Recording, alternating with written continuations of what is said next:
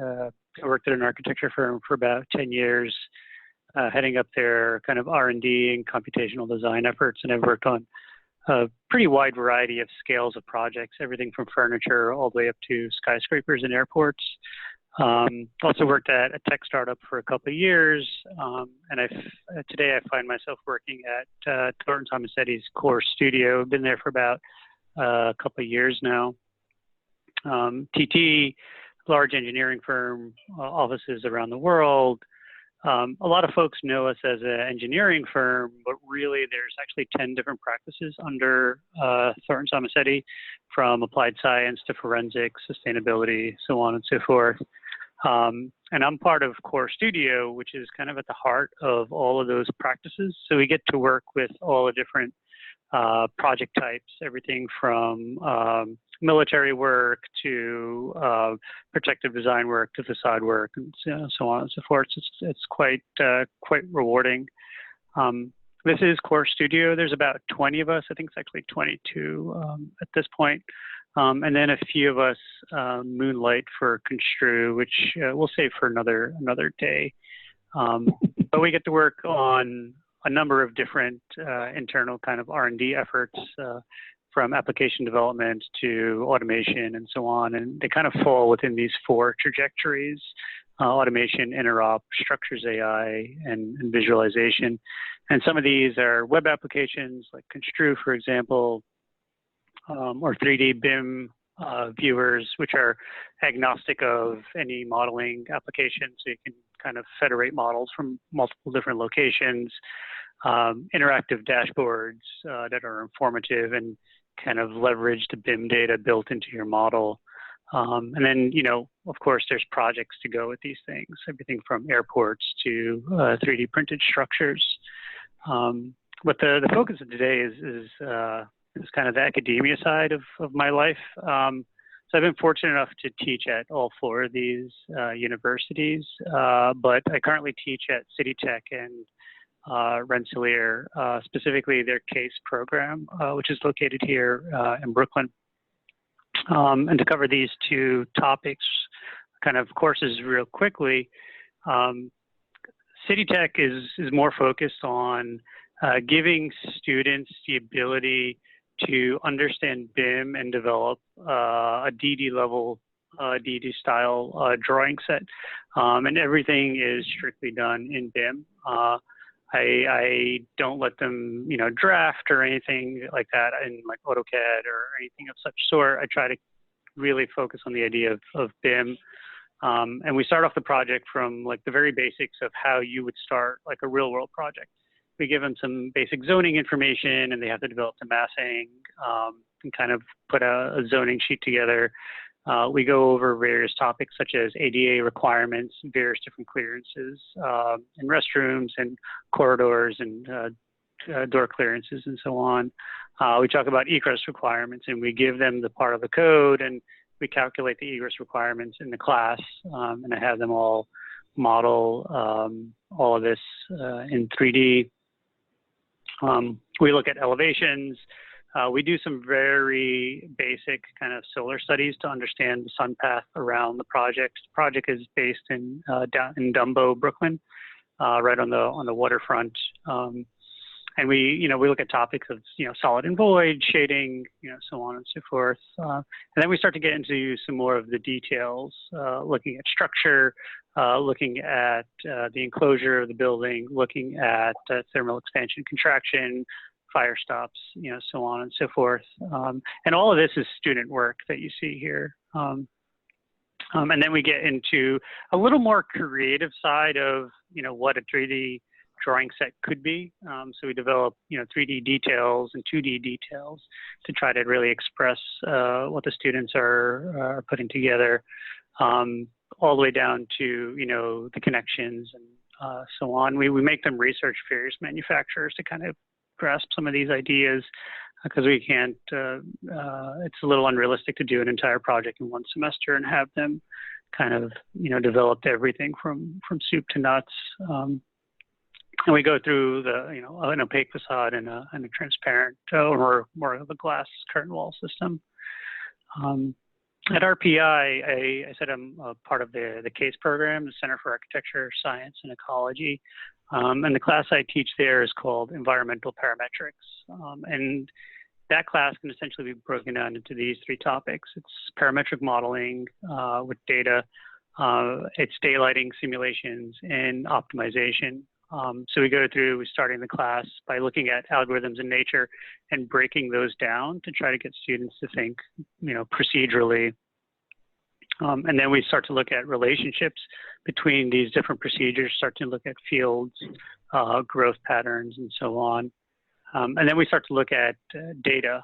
In one case here, a student was looking at temperature data from 2019. And we look at it from a color perspective, we look at it from a two-dimensional perspective, three-dimensional perspective, applying, traditional Euclidean transformations to it. And then we start to look into optimization. We take a base project, a precedent study. I give them the zoning information, and then we kind of work out an optimization strategy for developing, the largest square footage closest to your maximum allowable, while not impeding on setback planes. And then we take that and we start to look at it from a module perspective, and how can we develop an optimized module that, coupled with simulation, gives us optimal daylighting conditions, right? So we look at daylighting from the exterior of the building and kind of the local or the neighboring environment. And then we start to look at it a little more fine-tunedly on the interior, how much daylight is coming in. We look at it from a graphical perspective, but then we also take that data and we chart it out. So developing that link between data and geometry and simulation. And then we use specifically Radiance as our simulation engine. We use Ladybug and Honeybee, which use Radiance on the back end to run the simulation. So we look at it from a visual, typical rendered perspective, but also then from a simulation perspective. What is the daylighting factors coming in? And then we also look at kind of the neighboring kind of adjacent surfaces. Is there light being reflected in courtyards or anything like that? And then we run through an optimization process. We take all those three categories and put them together. And how do we develop a module that is optimized based on the simulations that are run? And we end up with a number of different kind of geometry types who cover topics like genomes and so on. And then we compare the before and after simulations, and we try to use ASHRAE standard and Lee standard and other kind of industry standard daylighting metrics to compare against. And the goal is to end up with an optimized facade system. So that's kind of it in a nutshell. There's a technical side, and then there's a kind of creative technical side, so to say.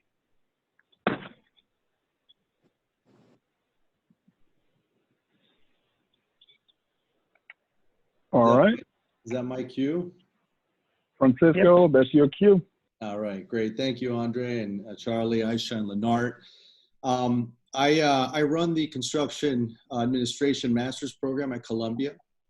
For the last 5 years, we've been moving the curriculum much closer to emerging tech and the application and integration of both technology and software into the process of the teaching and training of construction management.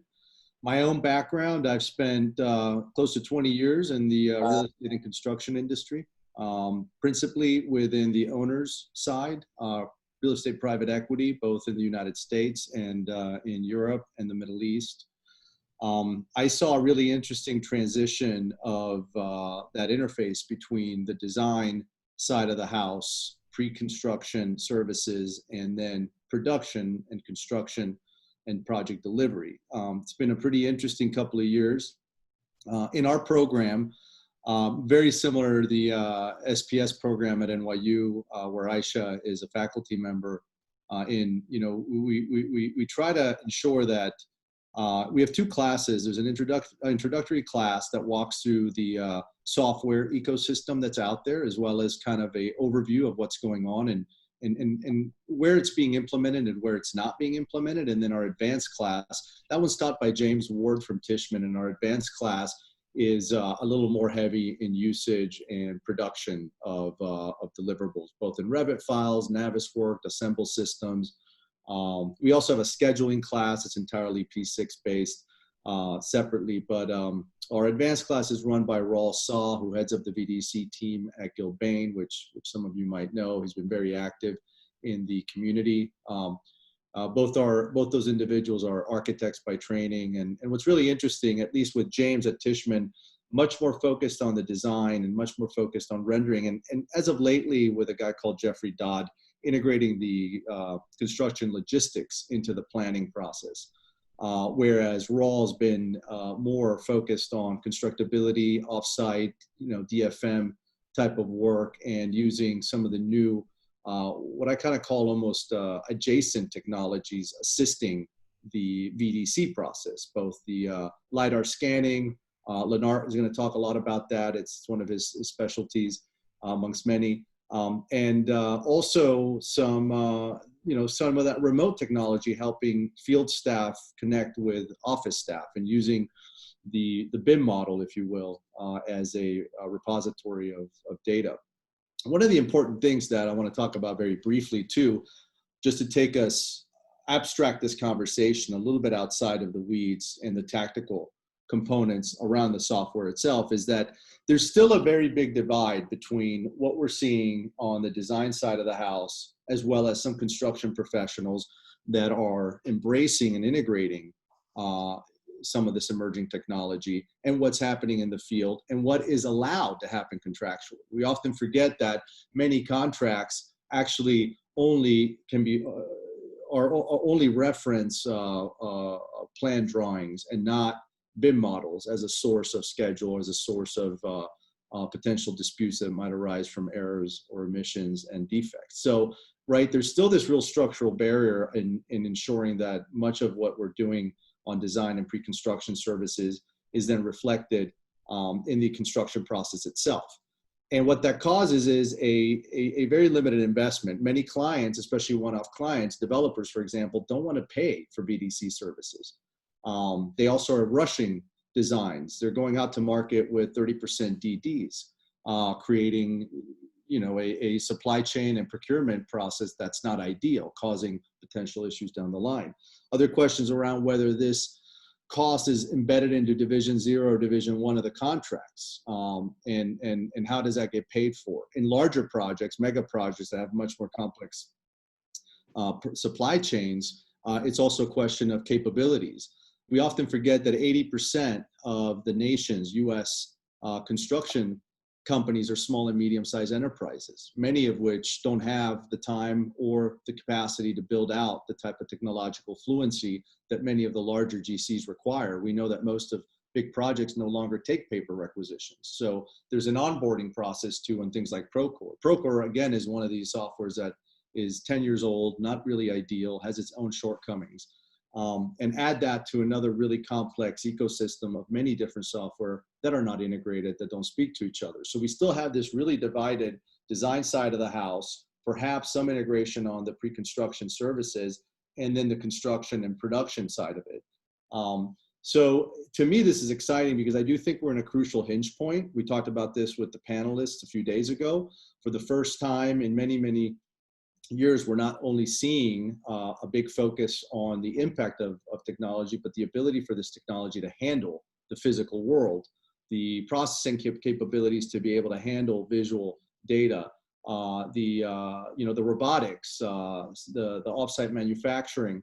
So I think this is going to be an interesting 10 years, and much of it starts with this early stage of BIM within Revit, Navisworks, and then more practically the scheduling and the project controls piece of it. And I think at least where we sit at Columbia and in our program is the commercial application of these talents towards, well, how are we going to leverage, how are we going to build VDC and BIM culture within projects, and then how are we going to leverage that for project control, financial control, QA, QC, and then the O&M phase, post-project delivery.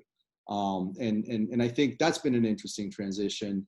And I think that really recently we're seeing a lot of discussions around. And lastly, I want to talk a little bit about the BIM mandates globally, right? There's two things, there's continuities and then there's discontinuities.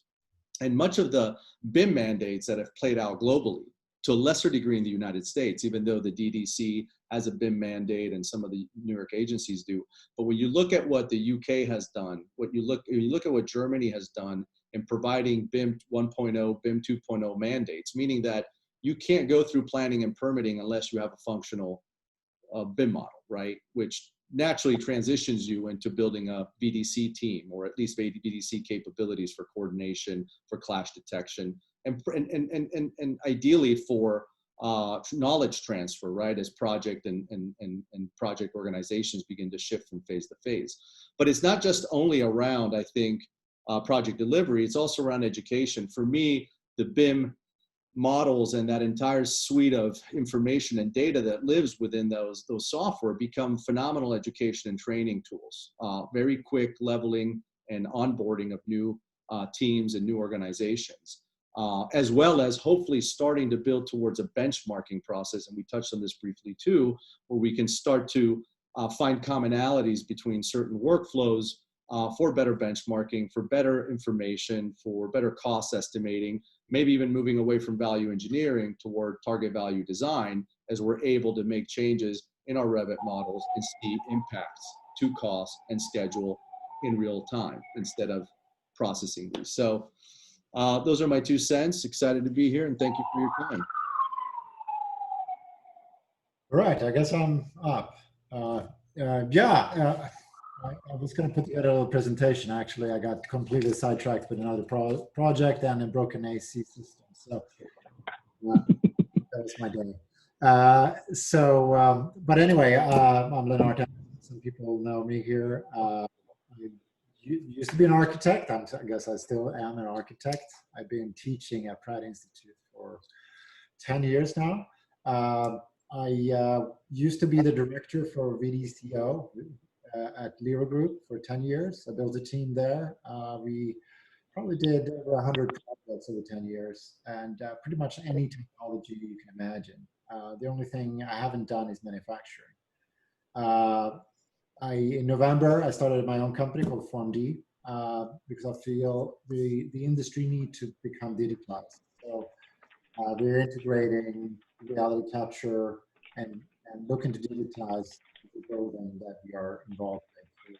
And we're leveraging BIM as the spatial database in a way that is really useful for all stakeholders. We call it lean BIM because I think there's a lot of garbage data in there. So we're really focused on the spatial information where something is, and then the labeling, the organization of the data. We focus a lot on that, which a lot of designers don't really get into.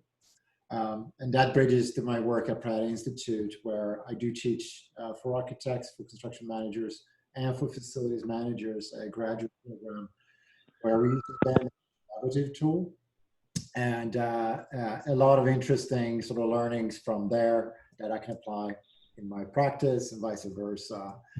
Because I think what's beautiful in academia, it allows you to really test different ideas. I tend to use the classes as sort of laboratories where we are constantly evolving. And I think that's the nature of technology today and innovation. You've got to keep moving. The curriculum keeps changing every semester. And we're actually working now with DDC, the Town and Gown Initiative. Last semester, we started on a modular concept for homeless people in New York City. So, which I think is really great with academia working in the real world, teaching students real world skills, and finding a balance between theory and practice. Really, what's beautiful with this, you have real people from the mayor's office was in the jury, so they're giving the students a sense of reality, and this actually might be a project that is happening, and we are going to continue it this fall, because everybody was very happy about the results, and we're going to keep doing that. And I think that's the future of academia, these collaborations with the real world. There's a danger if you become too academic and devoid. And these kind of relationships, I think, is where it should go. So anyway, that's my quick introduction of who I am and what I'm doing. So, thanks. All right, Andre, do you want to? Yeah, I was muted. So we've got a couple of questions here. One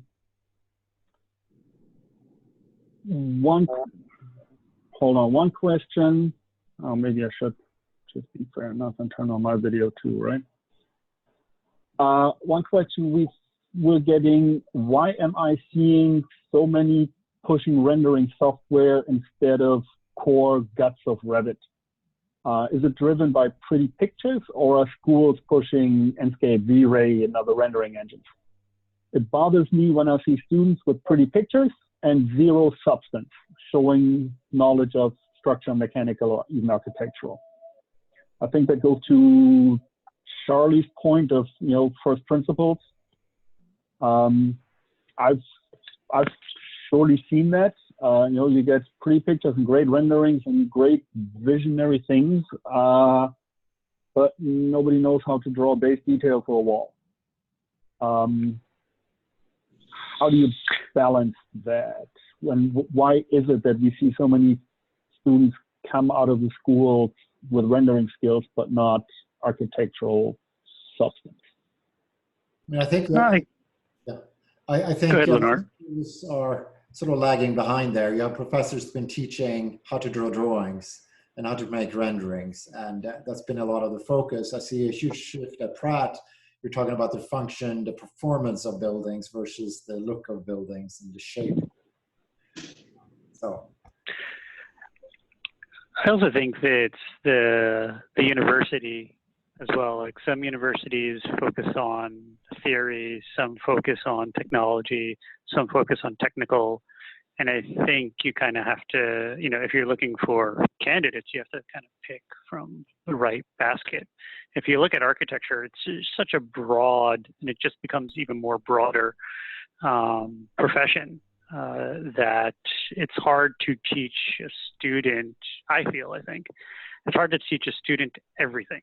You just covering first principles is a 5-year degree, right? And that's something that a lot of us did, some 20 years ago or so, to kind of pick and choose. And also, it's students like a pretty picture, right? You can't blame them. We all like pretty pictures, right?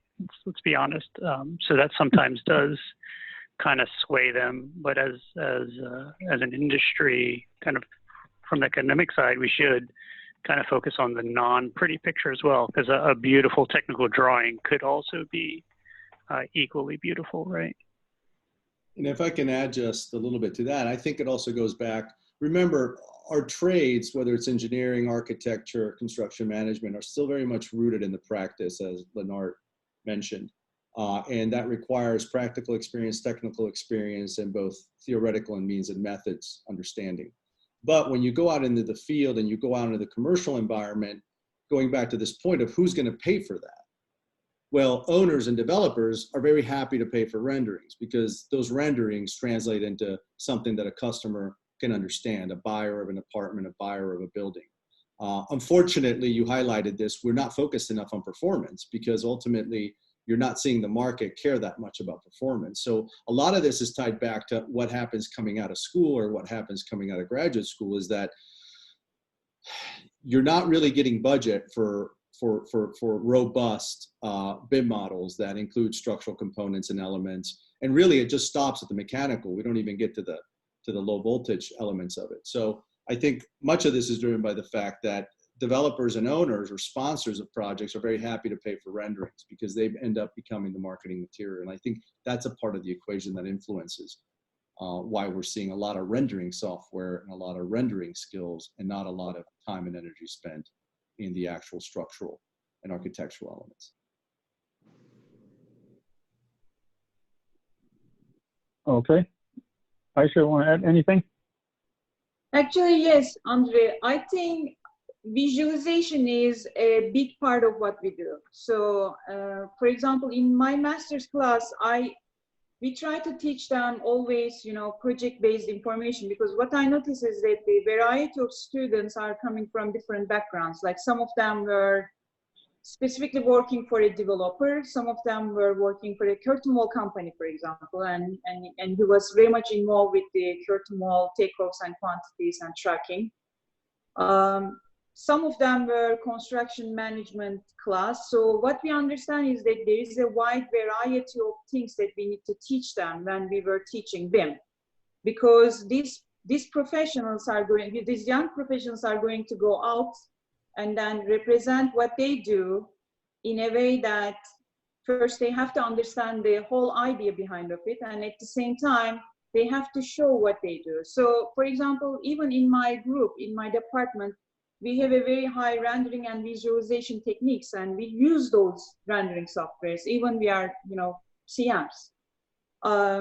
Why? Because you have to show your work, and in order to get to there, you know, like Francisco said, right? Like somebody has to pay for that. So sometimes you have to take it to the next level in order to get that attention. And the visualization, I believe, is a big part of the building information modeling process. Okay, excellent. Ilkay just arrived, one of our vice presidents. Hey, Ilkay, how are you?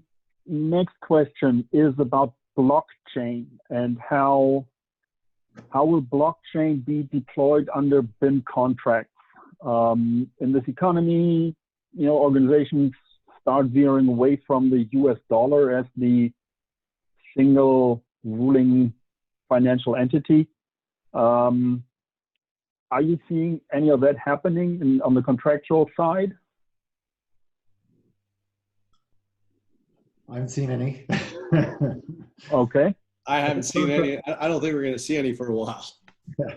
I mean, I think again I think Francisco, you mentioned it about, you know, yeah, the contractual side are, you know, from my experience, very much behind. I mean, I've been involved with rewriting specification for some of the MTA projects and DDC, but you know, we are trying to get them to use BIM, and something blockchain is just another, which I think it's super interesting, these kind of conversation, because the contractual relationships and things like that. And I'm sure there's a whole bunch of startups involved in this, but that's an area I have not. I don't know if the Charlie or Ayse, if you have seen anything, heard anything about as well. I haven't seen. I mean, I've heard like various different kind of incubators trying to do a few things, but I haven't seen anything just yet, or nothing that's kind of convinced me. Our industry is pretty litigious, and that's why these contracts are kind of tricky to kind of rewrite. And technology is always going to be 10 steps ahead of what industry is. It's just the nature of how there's a rate at which projects go and everything. I think blockchain as it stands today, it's going to be pretty tricky to adopt, but I think a modification of blockchain could potentially be easier to adopt, taking into account what our industry is about and what people feel comfortable about contractually. Okay. Next, does the panel have an opinion? Come on, you're talking to architects. You have 5 architects, you get 6 opinions. Does the panel have an opinion on how to get owners to pay for VDC services? If you can save them money, the bill. Oh, look, everybody's smirking. So I think you've got to break it down to owner type and owner sophistication level. And you also have to understand the owner's role. So you might have a big owner who is affordable housing developer and operator, who may not have, from a budgetary standpoint, the bandwidth, but may have the desire to have some form of a VDC model for the O&M phase. Then you look at a port authority that is a sponsor around a programmatic set of assets, like the airports and like the ports. You know, they do, and they have over the last few years, especially under Denise Berger's leadership and Sadia Junja's leadership, invested into VDC capabilities for project control, and also to this, you know, quote unquote digital twin, and having a real operating model that is as built with a lot of the information around warranties and access points and so on and so forth. So I think it does depend on what owner and depends on the project size. You know, there is this nonlinear cost function with VDC. Small projects, it may be, you know, 3-4% of the project cost. In larger projects, billion-dollar projects, it may be 50 basis points of the cost too. So it does depend on project topology, project size, and the type of owner. I can tell you, having been on the developer side, they have no interest in paying for it, nor will they pay for it, because the model, the economic model, is pretty simple. Find the piece of land, entitle, get it permitted, build it, and then you're selling off condos, or you're selling off warehouses. So it's really on to the next owner to have a BIM model or even VDC services that would have led to a more longer term use of that in operation and maintenance phase. And I think, you know, I'm dealing a lot with the FM side, the operations of buildings now, and the priorities are so different. And then this is where we're creating this lean BIM, where the data is all they care about. You know, I mean, the plan that is tied to, so they can locate things, is important. But again, talking about like the opposite of visualization, it's data visualization. They all care about, like, how is my facility running? How can we make it run better, and things like that. And it's an area where I think, you know, we tend to talk a lot about design and construction, but operation field is just such a huge area. I mean, I'm dealing with hospitals right now, but I can see this can scale into different operations, and it's often not talked enough about, but it's really the data there they care about.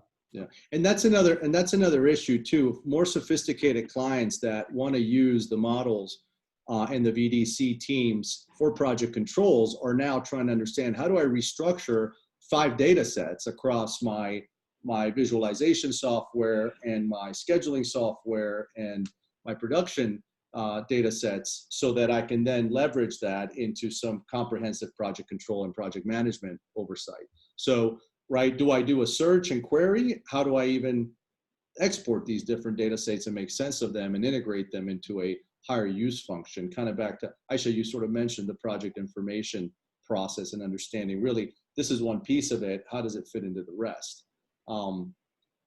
You know, Lennart, you work with Lero on the Columbia project, where we invested heavily into, with Lero, into building this out. And again, you're talking about a university that's looking for a 50-year use and function and operation of some complex buildings.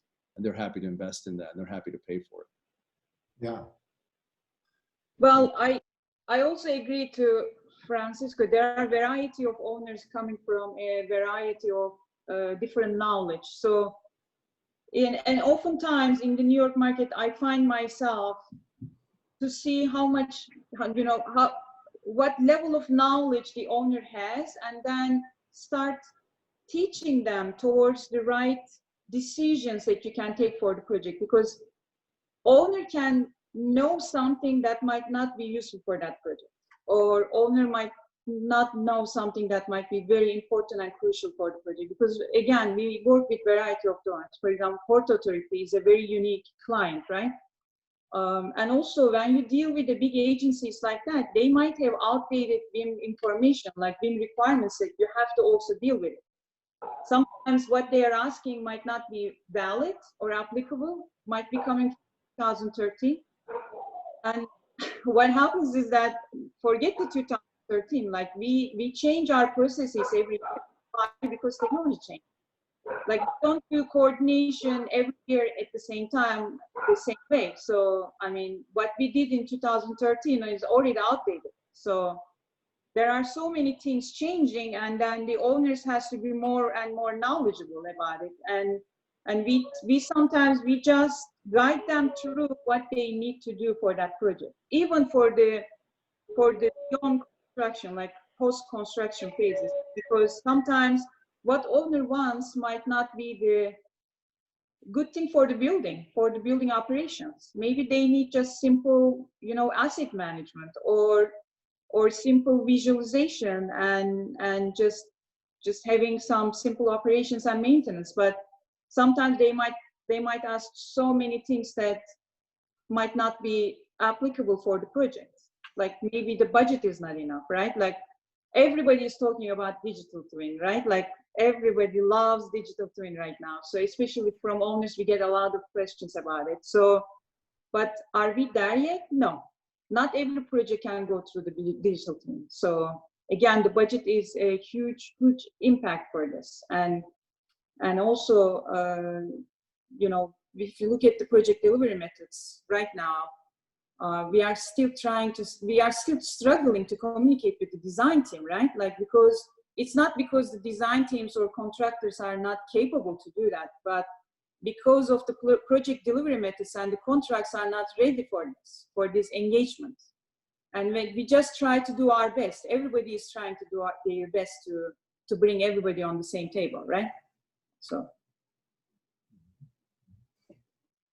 You know, and then just one last point to this. If you go down the phasing, you have to have a really tightly integrated field team so that your as-built model, as it goes through production, is reflecting the as-built conditions as these projects are moving forward. And that's often one of the biggest challenges once you move into the construction phase, which is, am I getting accurate information from my field teams, and who's processing that? Because most of that is still being processed by paperwork and you know, physical site inspections. Ensuring that these things are represented in the model accurately is another very large challenge. And those are man hours.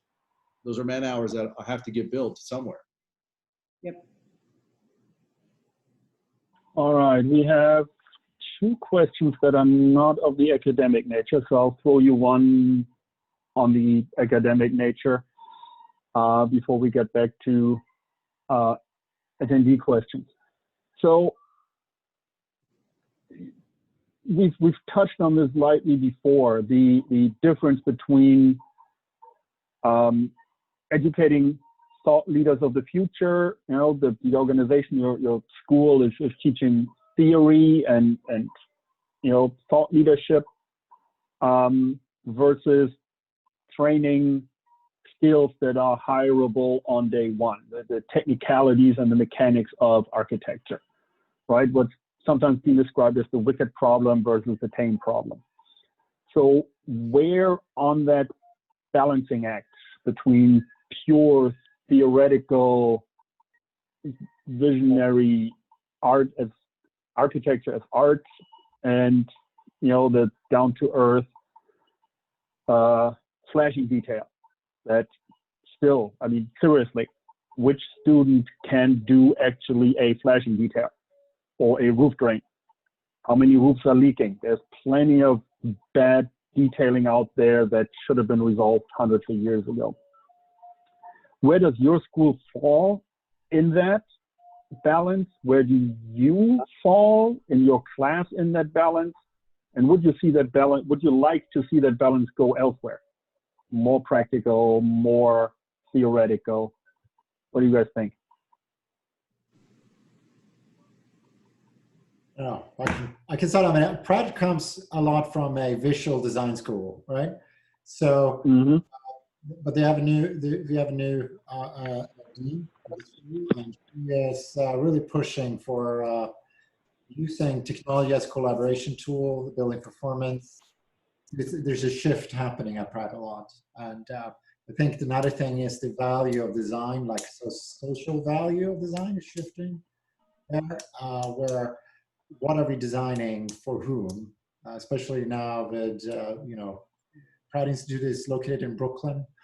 A lot of projects around the school, and how do we see ourselves as a role as architects? So it's like moving away from technology a little bit, but I think there's different legs with this, and we're really looking at how can we use this as a tool to make a better society. That's the overall the discussion that's going on at Pratt right now, and I think that's so it's something that's changing. I think we'd love to hear what you guys have to say.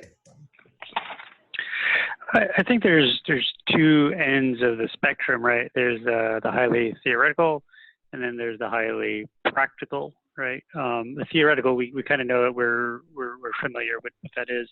When you get to the practical side of things, sometimes what I hear from various firms is that I want someone that knows Revit, or I want someone that knows this, and they're really not talking about practicality, but they're really talking about software. And I think it is, from my perspective, it is we're undermining these students if we teach them software. I think what we should be teaching them is process, and that's kind of what I do with my classes on my end. If I teach them how to wrangle data, then they can deal with some of the problems that Francisco had brought up. If I can teach them how to draft and 3D model in BIM, then they can do that, and they can understand the concepts behind that in any of the applications. I kind of like to think of myself as still young in the industry, but there's software that I've learned that isn't even around anymore, right? So software comes and goes. If you want to learn software, go to YouTube. Don't get yourself into, thousands of dollars in debt on, student loans. But if you want to learn, kind of like process, then I think that's what universities should be focusing on. I think the practice is very important. For example, in my class, well, my class is not architectural heavy. Of course, we are focusing on BIM technologies for construction management, but again, it's very important for the students to understand that when they go to the real life, they have to deal with many things, right? Like, for example, as a final, we give them an actual project, and then we tell them what kind of BIM uses you would use for these problems. So, and that gives them a great idea of what can be the consequences of dealing with real projects, like real models, real subcontractors. So I find that very useful actually, because as much as we teach them, like I saw a question actually, if we are showing them BIM execution plans, project delivery methods, yes, we are showing them, because those are important. Like somebody has to know, if a master student is taking a BIM class, they have to know what BIM execution plan is and what entails with that. Like what kind of project delivery methods affect to the BIM implementation on that project. Or, like contracts, BIM contracts that we deal with the subcontractors. Like somebody, I think Andre asked like how you should teach the flashing, right? Like I don't teach them how to make the perfect flashing detail, but I teach them how you can get that information from the subcontractor and make sure that design intent and the design team's intention is there, and then in a healthy way executed in that project. It's very important for the student to understand that how they can get that information as a team. Actually, the whole BIM process is a management. It's managing all those variable entities and data at the same time, and make the process successful. I think that's all about it. So, and then when you implement that with the actual practices and actual projects, it gives them a different opinion. It gives them a different perspective that what they are going to face in the future.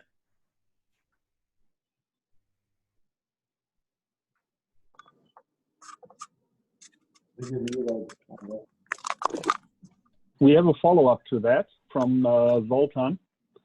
Are schools teaching delivery methodologies, BIM execution plans, and that type of thing in the curriculum?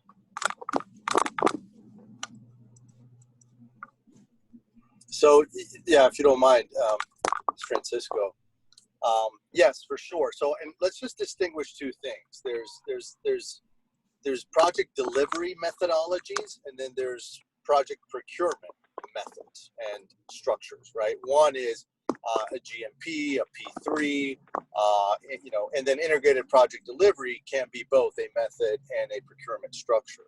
So IPD is probably the best example, just to short script this conversation, where we're seeing BIM being used as a central point of collaboration, tracking project controls, value engineering, especially the way that IPD, at least in Europe, is designed, is to focus on this target value design process.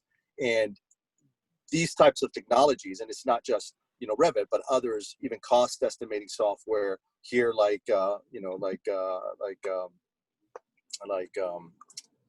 Bluebeam and the rest, allows us to very quickly as a group, whether you're coming from the supply chain, the subcontractor level, or the GC, or the design and engineering side, see whether a certain change in the design will have an effect, and what effect it will have, not only to the critical path, to the cost structure as well. So that's where I think that's where we're going to see the immediate powerful use in a commercial setting of a broader BIM ecosystem, and the role of VDC, like Ayse was saying, in the management of that as part of a delivery process, just like agile and a lean supply chain, or even a very lean arrangement with your manufacturer, where you're kind of designing for manufacturing. And I think that's where it can become, and we're already seeing it being implemented in a very powerful way.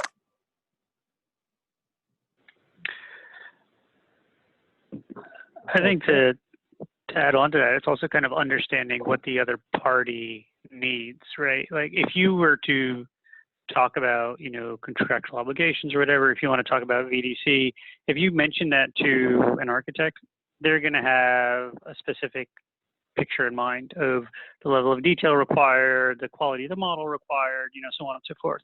If you say that exact same phrase to the engineer, they're going to have a different picture in mind. And then you say that to the owner, different picture. You say that to the fabricator, it's a different picture. You know, the 3D model that we build or that we scan, right? We always have to think about who are we actually building it for, and build it to, you know, the people that are going to use it after we build it, right? Because then we can kind of understand a little better, you know, how can we, what we're doing, fit into this kind of supply chain process, and how can we fit into this, you know, procurement process. Like, do you really need a fully detailed 3D model to do, you know, your procurement, or is it just a wireframe, for example, right? I'll give you an example. I worked on one of the Sky Pencil Towers here in New York. It was a BIM project. We had to deliver a BIM model, whole 9 yards. And at one point we said, hey, we have this wireframe model. Let's, you know, put it out there with the document set along with the BIM model. And when the facade fabricators got a hold of it, mind you, this model was 1.7 megabytes, right? So over 3,000 facade panels, 1.7 megabytes. They were able to get their hands on that model. They were able to query the data in that model. We never told them what was in the model. We just said, hey, here you go. We just threw it over the fence. And they lowered their bid price by almost $1 million because they were able to tighten up all the loose ends, kind of, and all the factors that they had built into their pricing model, right? And this was a wireframe model, right? This isn't a fully detailed, you know, volumetric model, right? That they saw value in. So what are we building, and who are we building it for? And one last thing, if I can add to that, it also depends what school. Obviously, the engineering school will be using this primarily, or teaching it primarily towards the calculations and maybe some of the parametric stuff. But the architectural schools tend to, at least in the US and Europe, I think they do focus a little more structural for the visual and the design element. And then schools like ours at the School of Professional Studies and Ayse and NYU tend to be more on the practical application and the management overhang, right? Nobody's a specialist in any one of these trades or functions. It's more, how do we manage, incorporate, and use this as a best practice in procurement strategies as well as in delivery methodologies. I think, I mean, that's architects have dropped the ball, I think, as an architect, I can say that, where, you know, who is the integrator for everybody? And I think typically I could say architects are not very good at integrating the whole process in the life cycle perspective. But there isn't one player that is really good at integrating, because the perspectives are so different, you know, even on the design side between the architect and the MEP guys. Anyone in the industry knows what a completely different understanding they have of what they're looking for. Then moving into construction, that is a complete different set of perspectives of what's important, and means and methods and so forth. And then obviously in the FM side, also a complete different perspective. And, you know, there's not just one model, right?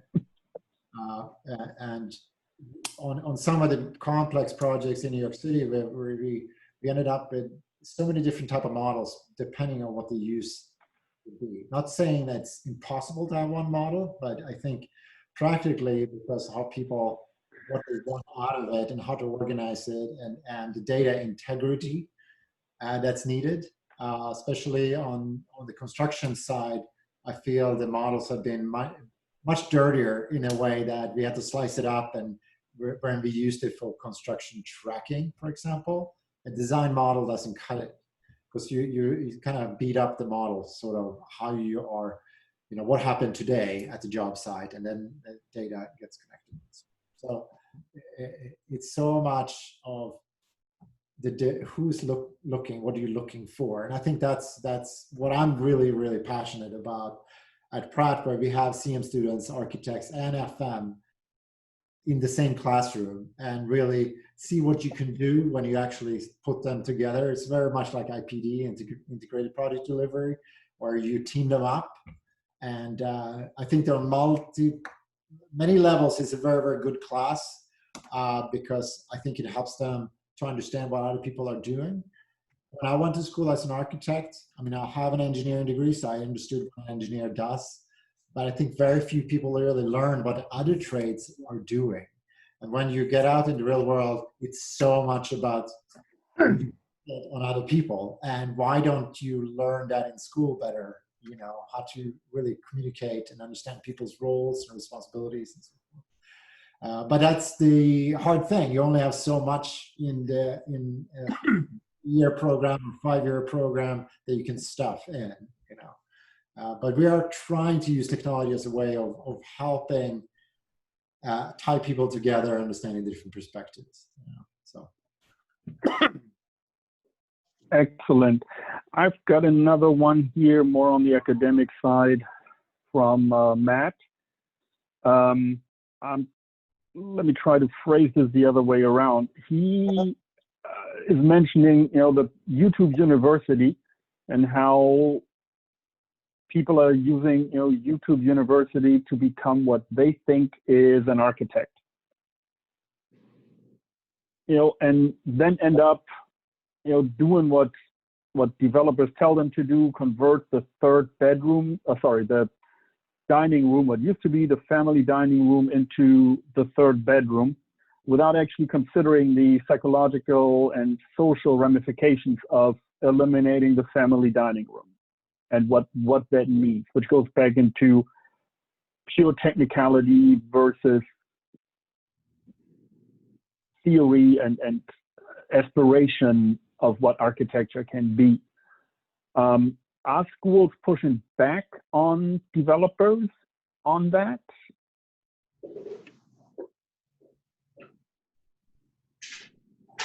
Or are you just looking at the student body, but not thinking about reaching out to, you know, the future clientele of that student? Is there any collaboration, any interaction with the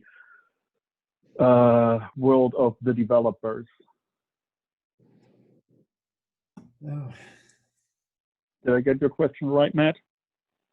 If not, type something.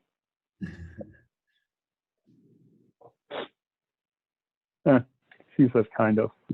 All right, looks like there's not too much in that.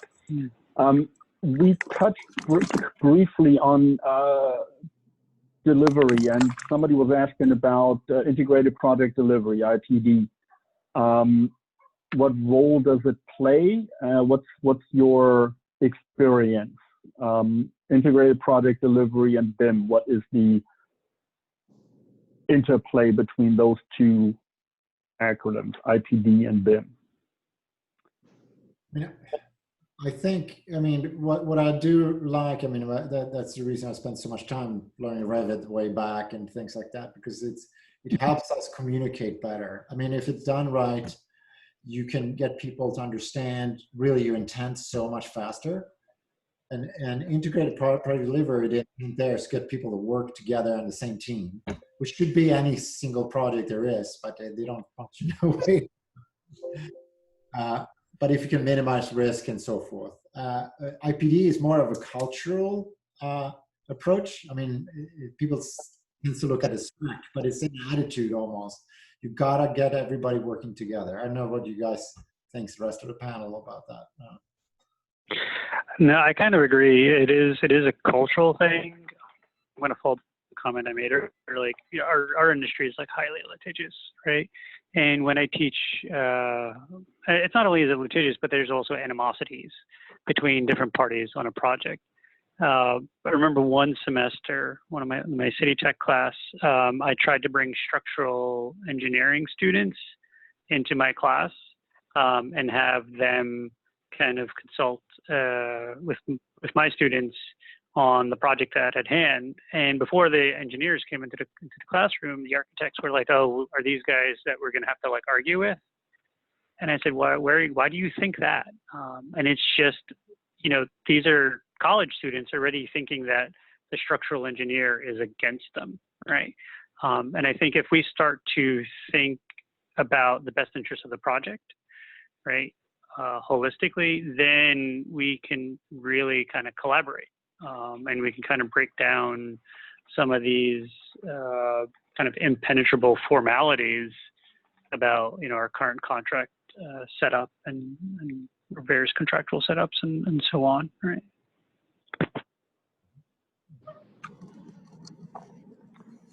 Yeah, I teach Okay. a module in one of my classes called Tribes, Territory, and Time, where we do spend some amount of discussion around this idea of these professional boundaries and cultures and even the contracts. Think about it, the traditional contracts, especially cost plus, even GMP, puts the contractor with his or her supply chain at odds, right? And especially as you go through the leveling process, you're trying to squeeze out as much profit as you can. And then time is at least a quarter to 30% of your margin.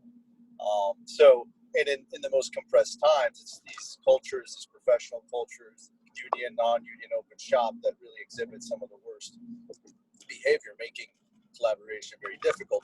I would like to add, though, there's been some successful projects. I had the opportunity to work on 2 IPD projects, one in the Middle East, one in Europe. One was during a restructuring, which there was no choice but to collaborate because everybody was in the scraping the barrel.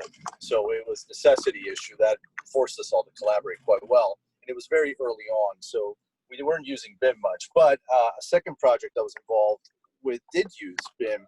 And what was interesting, it used it really more for the project management process around the RFI, getting RFIs answered quickly, around making sure that the descoping was universal with the main core strategic team, and that the supply chain and the manufacturing base was involved in some of the specific CD development. And again, I wasn't highly detailed, but I think it was good enough that at least it allowed for everybody to focus on a central point of coordination.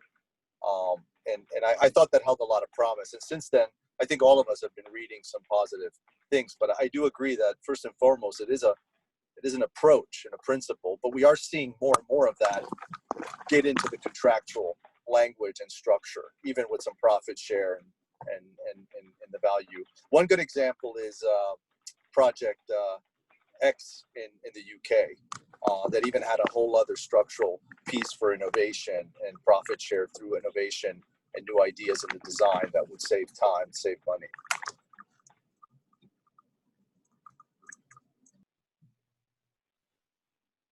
Good, excellent. Personally, I've had one IPD-ish project. Technically, it couldn't have been, must not have been an IPD project because it's a public project. But the CM was on board from day one. They've done inline live updates to the cost estimate every other week. There was no hard submittals. There was a rating system where there was a pool of money if everybody was performing sufficiently, which the project met. There was a GMP to it that the project has met. There was a whole bunch of market conditions that were not foreseeable. So there was a buyback list. As we cut down the project during design, there was a buyback list, and a lot of that buyback list actually did happen. Yeah, again, technically not pure integrated project delivery, but borrowing a lot from those mechanisms. And the key was that the CM or the GC and the cost estimators and their technicians were in the same room. It was a co-located project in Portland. And the engineers, the architects, and the CMs were all in the same room. And every decision, every design that the architects came up with was immediately vetted by the CM. It was, on the one hand, beautiful from a design point of view because we never get that fast feedback. On the other hand, the fights that you usually have during construction about change orders and ads, we never had those as for change orders. We had those fights early on because everything was too expensive. No matter what we did, it was too expensive. So we had to cull that project quite hard. And then lo and behold, architects sometimes do know what they're doing. So we had to first design a a culled down version with a buyback list. So we had to design spaces twice, basically. Got paid once. Just in case there's money left over. And there was, so some of those items did come back, like, you know, terrazzo versus tile flooring.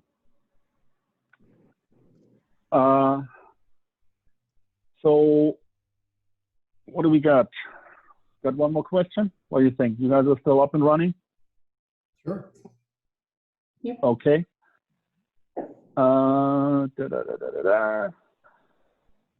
Okay, we got a scanning question. I'm postponing that until the startup meeting in July because that's what Lennart is all about.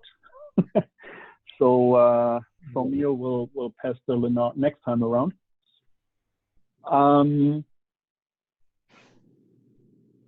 Charlie, one of the things that I found interesting, you started out with first principles when we first talked about this meeting. How do you see BIM tools? Do you see advantages or disadvantages in the BIM tool pot versus the 1990s CAD tools versus the hand drafting tools in teaching first principles of architecture, be that technical or philosophical? Mm-hmm.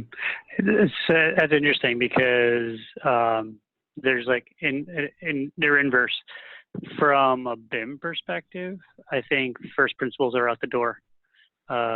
Students don't know what line weights are, what a good section looks like, or what a good plan looks like. And it's because they all rely heavily on the application. If you talk about the more theoretical side, the parametric, I mean, parametric isn't fully theoretical. Sometimes it is, sometimes it isn't. But if you look at the parametric side of things, we dive down into first principles, tangencies, coincidences, that sort of thing. And then that's how we build complexity. So from a documentation point of view, if you know, students it's hard for me to get a student to do like a really beautiful section, even though I showed like some fairly interesting ones, but it's easier for me to get them to do a three-dimensional model. And the model is valuable, but sometimes you don't always need to 3D model everything, right? Sometimes something needs to just be drawn 2D. So understanding that balance of when something needs to be 3D and when something needs to be 2D, I don't think it's really being taught. And I think that's just kind of thrown out the window. Just everyone just thinks make it 3D and call it a day. Okay. And I think that, Lennart, you're coming out of architecture. You must have an opinion.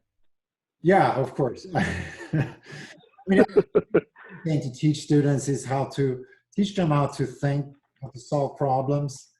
You know, and the classes we're running, we might call them BIM classes and stuff like that, but it's not as much about the software as how do you use these tools to become, you know, to solve your problems, be it for an architect's design problems, documentation, and so forth, or contractor to figure out cost, quality, and schedule, right?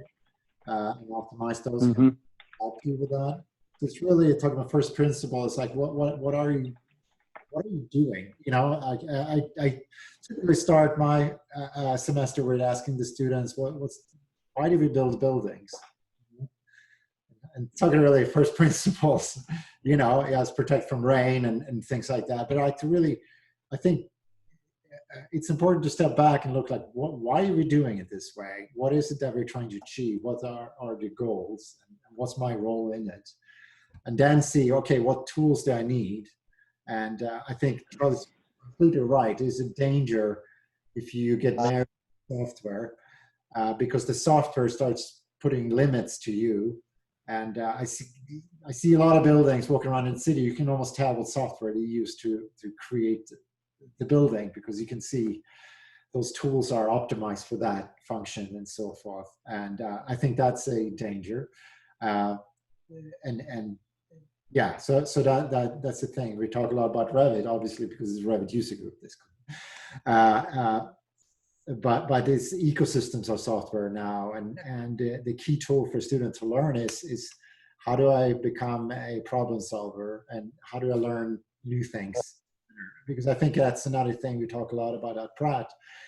When you get your degree, it's not like you're starting, and learning is just gonna keep accelerating. I mean, and I don't think it's gonna get less of that as far as change in the industry. Good. Ayse, you want to take the closing words here on that question? Yeah, I want to add my perspective actually, because tools, the BIM tools are actually a very interesting topic because first of all, every tool has limitations. They have to know that. Like they have to learn that. And also every tool has advantages and disadvantages. So when you are using the tool, you have to really, really understand that and approach accordingly. So I believe if you look at that way, actually tools are just the things that is helping us to achieve that process, that whatever the achievement that we are trying to do. So in that case, it's very important to explain them that, like Lennart said, it's what is behind of it, like what is behind of that idea that we are trying to do with those tools. It's very important. So in that case, you know, actually the tools are not the problem. Actually, the communication among tools are the problem right now. So because especially in construction industry, what I see is that nothing communicates each other smoothly and seamlessly. Like, I mean, there are so many variety of software, startups, new tools, solutions, everything, you name it, the visualization, the tracking, 4D, 5D, everything. And what we are struggling is that we are trying to limit those tools because we cannot buy everything in the job site.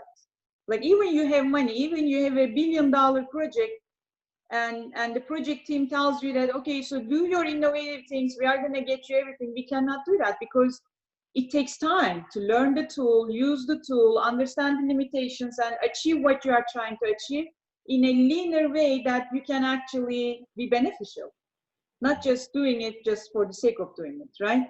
So I think the communication of the tools are the most important thing. And I believe in 5 to 10 years, we are going to see more often that we are attacking the solutions and trying to resolve this. I believe that's going to be the future. Excellent. Software tools, Autodesk. All right, I'm calling it. That's it. Thank you, Ayse, for the closing words. I think Francisco had to leave us a little early. He had some other commitments. Thank you, panel. Charlie, Ayse, Lennart. We're getting a lot of comments, and they're all absolutely excellent. I'm sure most of these comments are public, right? So everybody can see them. Thank you so much. Oh, look, Francisco, you're coming in just for the closing words here. Thank you, everybody. We will resume this throughout the year and then hopefully keep going. Based on this panel, we will veer in and out a few people. You know, not everybody has to partake in every panel. We have a bunch of other folks. Unur here is on. You know, I desperately want to get Unur in here because he is so awesome. Other than that, we'll post the recording sometime soon, probably over the weekend, I hope. Have a great weekend, everybody. And I'll see you in 2 weeks for the next one. Great. Thanks. Thank you. Thank you, guys. Thank you very much. Take care. Bye. Bye. Bye-bye.